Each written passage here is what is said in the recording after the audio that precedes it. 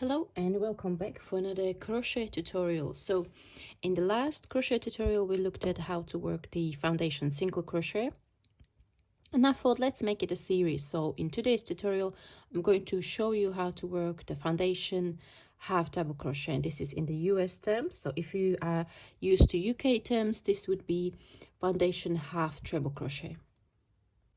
So as usual, we are going to start with a slip knot, and we're going to place it on the hook and then chain 2. So to chain, you will yarn over and pull through, again yarn over, pull through. So as you may know, half double crochet is a step between single crochet and double crochet. So we will need another loop on our hook, so we are going to yarn over and then we insert the hook into the second chain from the hook. So that's the first we made at the beginning. Yarn over and pull up a loop.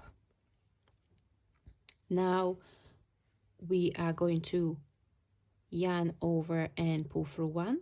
So that's how you create the chain. And then the second step is creating the half double crochet. So we'll yarn over, pull through all 3 loops. Again, yarn over the hook, insert into the stitch that we just created, or the chain. So when you look at the top of your project or mini project, you will have this V on the top. So we are working under both strands of that V. Yarn over and pull up a loop. We will first yarn over, pull through one, and then yarn over, pull through all 3 loops. And let's make one more together. So again, you locate your V on the top of your project, yarn over, insert under that V, yarn over, pull up a loop, yarn over, pull through one, yarn over, pull through all 3. So you will then keep on going with the same steps.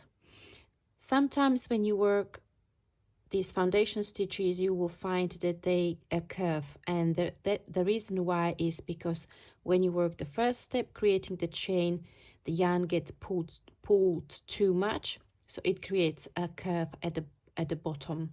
So what you need to do as you are working the chain, you will need to pull the yarn a little bit up.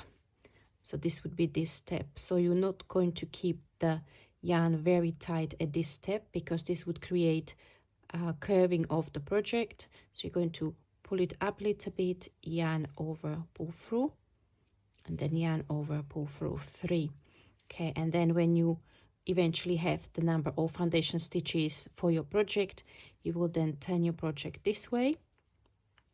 So these are your chains at the bottom, and this would be the stitches or the V's that you'll be working the second row into. Okay, I hope you found this useful.